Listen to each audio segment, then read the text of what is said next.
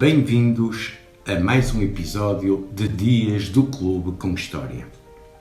Recordar troféus e outras conquistas particulares dos Dragões é reviver viagens de assombrar, retocando belezas como o Teresa Herrera ou Juan Gamper. Vitórias com assento na luxuriante mistura de metais preciosos que o Futebol Clube do Porto colecionou ao longo dos anos por esse mundo fora.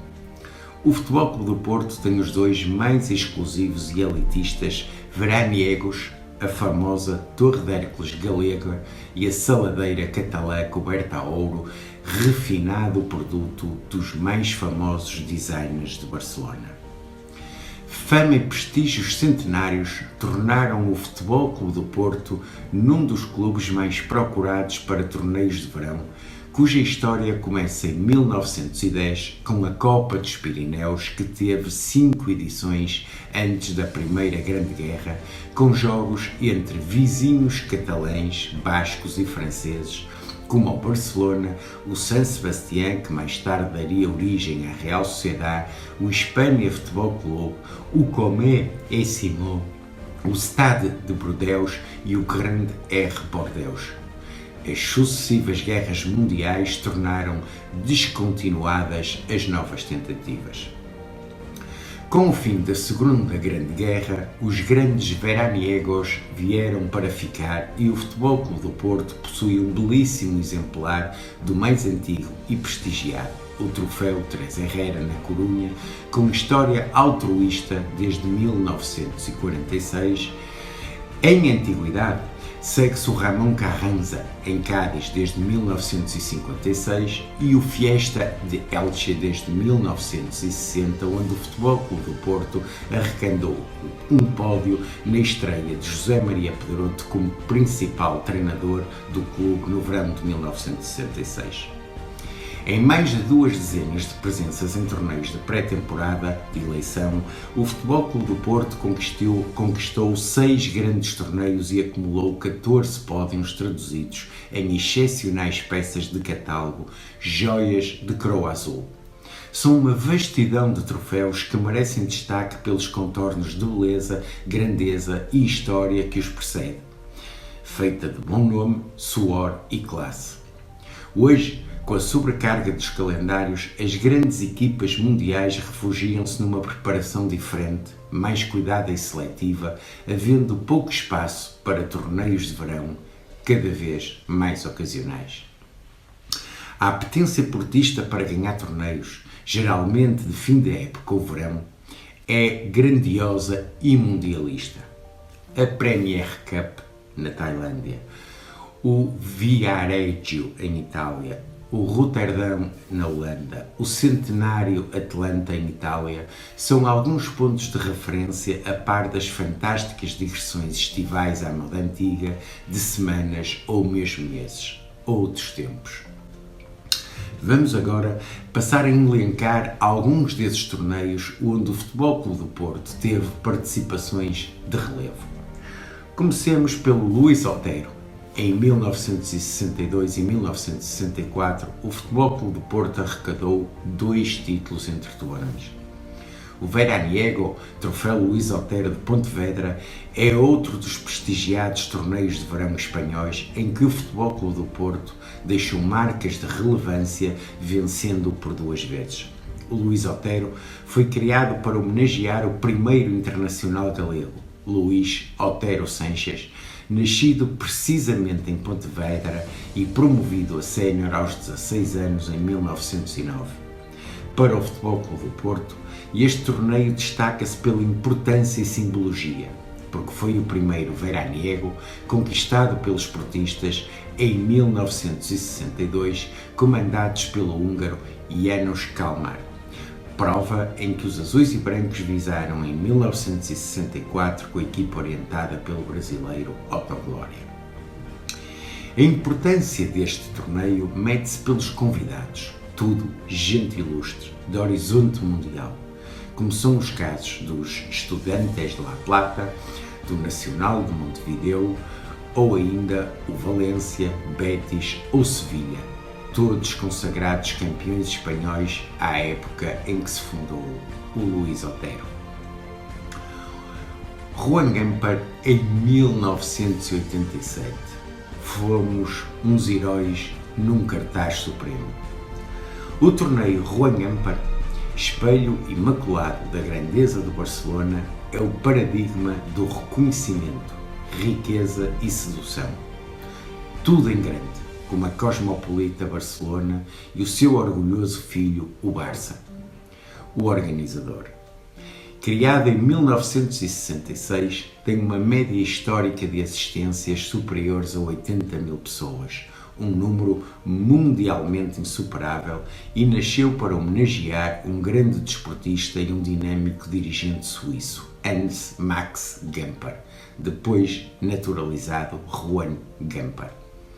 Ciclista e futebolista de eleição, Gamper, natural de Winterthur, cedo escapou para Zurique, onde fundou o Futebol Clube Zurique, passando por França até se estabelecer na Catalunha, onde jogou os últimos 4 anos no Barça, que ele fundou em 1899, vestindo o clube com as cores azul e grená, os tons originais do Futebol Clube Zurique, a quem ele dera vida 3 anos antes. Presidiu ao Barcelona em 5 ocasiões entre 1908 e 1925 e chocou a Catalunha ao suicidar-se vítima de profunda depressão aos 52 anos. O Gamper é o mais exclusivista dos veraniegos, expressa o poder de um dos mais ricos clubes do mundo, e os convidados foram sempre uma esmagadora maioria de campeões de toda a parte, nacionais, europeus, sul-americanos, intercontinentais. Sempre equipas capazes de ganhar as provas de topo, vitoriosamente frescas e cheias de pergaminhos. Mas nunca houve uma edição como a que o Futebol Clube do Porto venceu, com 3 campeões europeus e o clube da casa. Um cartaz apelativo como jamais acontecera com o Barça, o Futebol Clube do Porto, o Bayern de Munique e o Ajax, e ainda a perspectiva de se reeditar a final de Viena disputada 2 meses e meio antes. O Futebol Clube do Porto, já sem futre, mas com Gomes, não falhou e nas meias finais venceu o Barcelona por 2-1, com golos de Madger e Jorge Plácido, e o Bayern de Munique na final após vitória bávara sobre o Ajax. O jogo reforçou a afirmação de Viena de um soberbo campeão europeu ao toque de genialidade de Madger. A imprensa espanhola assumiu com naturalidade que todos se renderam ao campeão europeu em título, e os grandes astros assumiram que o campeão europeu de 1987 não tinha rival. A reedição da final do Prata, com Ivic no lugar de Artur Jorge e Heinkers no de Latec, fortaleceu o Futebol Clube do Porto como grande senhor da Europa, e Madger, o Deus maior, distinguido como o melhor em campo nos 2 jogos do Futebol Clube do Porto, e necessariamente o astro-rei da 22ª edição, considerada pela imprensa catalã a melhor de sempre. O 3 Herrera, em 1991, foram as Torres dos Imortais. O torneio 3 Herrera é o mais antigo, popular e prestigiado veraniego do mundo, devido à grandiosidade permanente dos convidados. Criado em 1946 com o propósito de conseguir fundos para a modernização do Hospital de Loures, recebeu o nome da benemérita Teresa Margarida Herrera, que doou o terreno para a sua construção em 1794. Em 1948, à 3ª edição, o Hospital do século XVIII já era novamente uma unidade de referência em toda a Europa.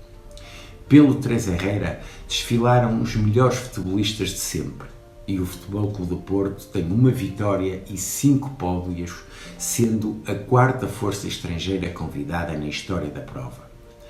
Por lá já passaram os maiores clubes do mundo, como o Real Madrid, o Barcelona, o Manchester United, o Bayern de Munique, o Estudiantes, o São Paulo, Boca Juniors, Milan, Flamengo, Fluminense, Peñarol, Santos, entre muitos outros, um desfile interminável de clubes de topo.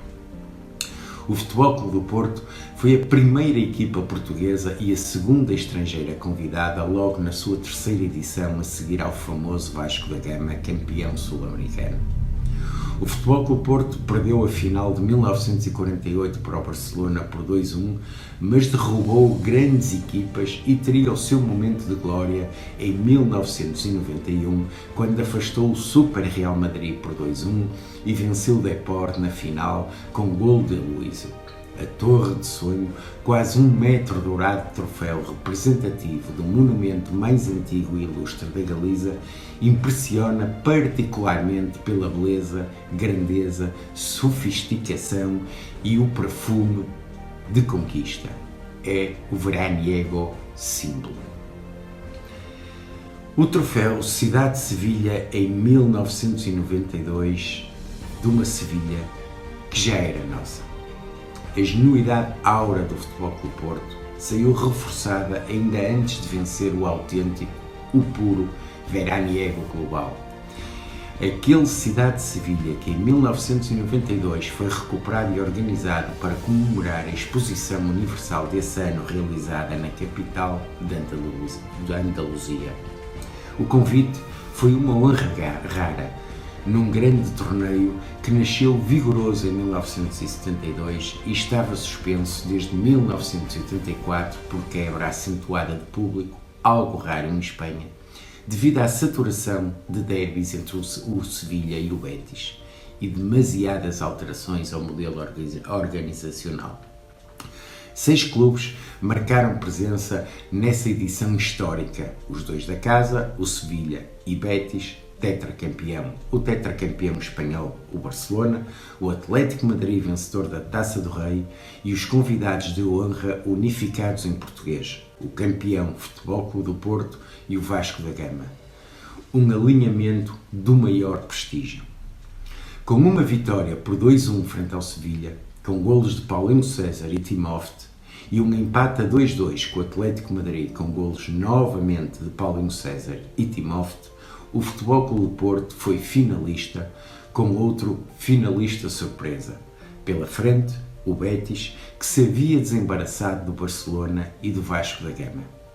Mas mesmo com o Sánchez Pizjuán, casa do Sevilha, a ferver como se fosse o Benito Villamarín, moradia do Betis, a classe do Futebol Clube do Porto de Carlos Alberto Silva fez gelar o sonho andaluz de vencer o torneio que comemorava a sua exposição universal. Pela terceira vez em 4 dias, chapa 2, com 2-0 claros na final a derreter o sonho bético. O Futebol Clube do Porto, imune aos 40 graus noturnos, foi imperial. Falemos agora do troféu Juan Acunha em 1996 e 2003. Foram 2 títulos entre tubarões. O Juan Acunha, criado em 1989 para homenagear Acunha, os Chanetas, melhor guarda-redes de sempre do Corunha e um dos melhores de Espanha, falecido em 2001, é outra competição para ilustres que o Futebol Clube do Porto venceu por 2 vezes. Em 1996 com António Oliveira e em 2003 com José Mourinho. Na lista de presenças há nomes mundiais como o Palmeiras, o Milan, o Flamengo, Fluminense, Universidade Católica, entre muitos outros, e atestam o prestígio da prova em que o Futebol Clube do Porto é o convidado estrangeiro com mais triunfos e a prova que muitos poucos batem o Desportivo da Corunha no seu território. Todas estas conquistas de frango fazem parte da nossa história.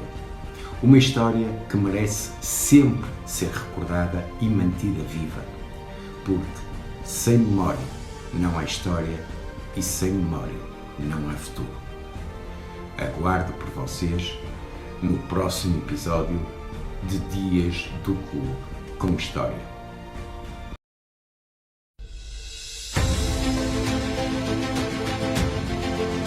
O portista vive, subsiste, é eterno. O portista sente, sofre, luta. O portista quer, pede e exige. O portista junta, acumula e ganha. Numa simbiose perfeita com a personalidade de cada um, o portista é educado, aprende, é formado e torna-se melhor.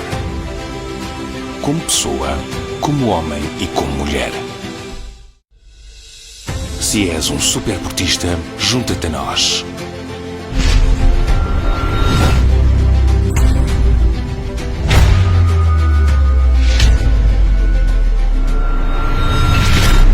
Superportista, dragão indomável. Visita-nos em superportista.pt e superportista.com.